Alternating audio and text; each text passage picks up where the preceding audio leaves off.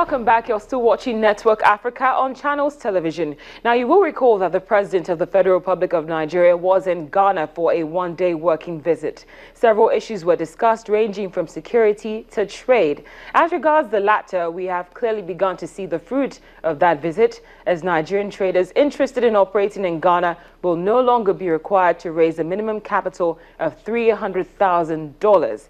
The announcement was made by none other than President John Mahama of Ghana shortly after the Ghana Union of Traders Association and the Ministry of Trade and Industry tried to reject all foreigners operating in Ghanaian markets in 2014. However, the new protocol for the issuance of ECOWAS biometric cards entitles ECOWAS citizens to work in any country in the sub-region without any hindrance. Come 2016, ECOWAS citizens will be issued with the regional bloc's biometric identification card to ensure free movement of persons and to promote security in the West African sub-region.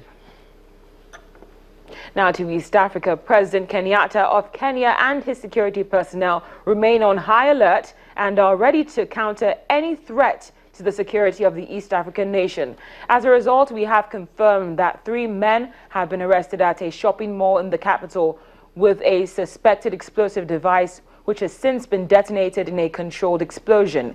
In order to avoid history repeating itself with what we saw at the Westagate Shopping Mall in September of 2013, when 67 people were killed by Shabaab, the Garden City Mall, which is also one of the biggest shopping centers in the city, has also been evacuated.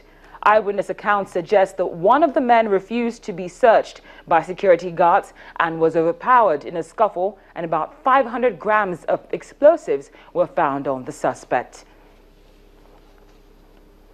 For more on this development, we go live to Washington, D.C., where Kenya expert and also presenter of Africa 54 program, Vincent McCory, for the Voice of America, is standing by. Vincent, thank you very much for joining us.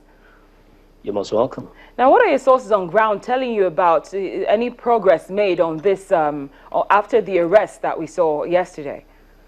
You know, the next move now is to arraign those men in court, but also try to establish if there were others who were involved who may not have made appearance at this shopping mall. And therefore, officials are saying they're doing further investigation to establish whether there's a particular cell that is planning to attack that particular mall or even other malls in the city. So that's where things stand at this moment, and of course, those men being produced in court.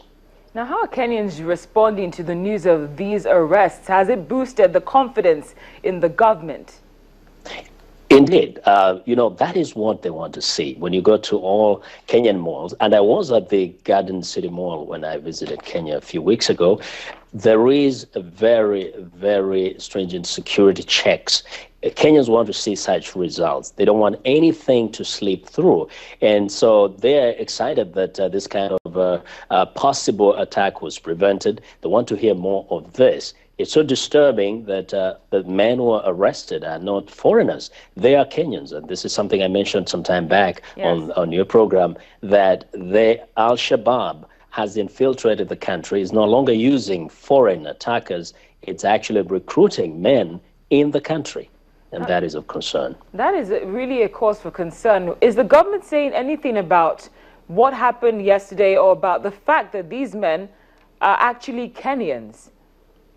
You see, what they're saying is that it proves what they've been trying to preach to the country, that everybody needs to be vigilant, recognize that these attacks are not going to come from thousands of miles away.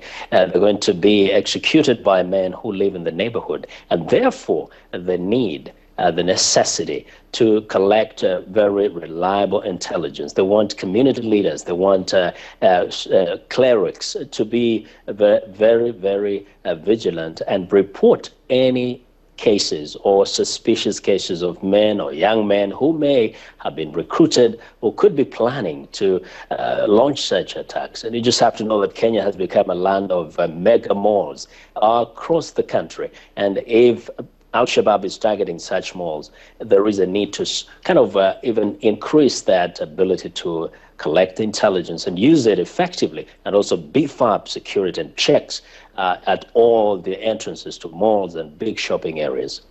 Well, Vincent, thank you so much for joining us. As always, we appreciate your time. Thank you very much. You're welcome. Thank you. The Voice of America's Vincent McCory reporting from Washington, D.C. Well, still to come on Network Africa. The crisis in Burundi is far from over as yet another opposition leader is killed in the capital, Bujumbura. This brings the number of high-profile killings since the crisis began to 6.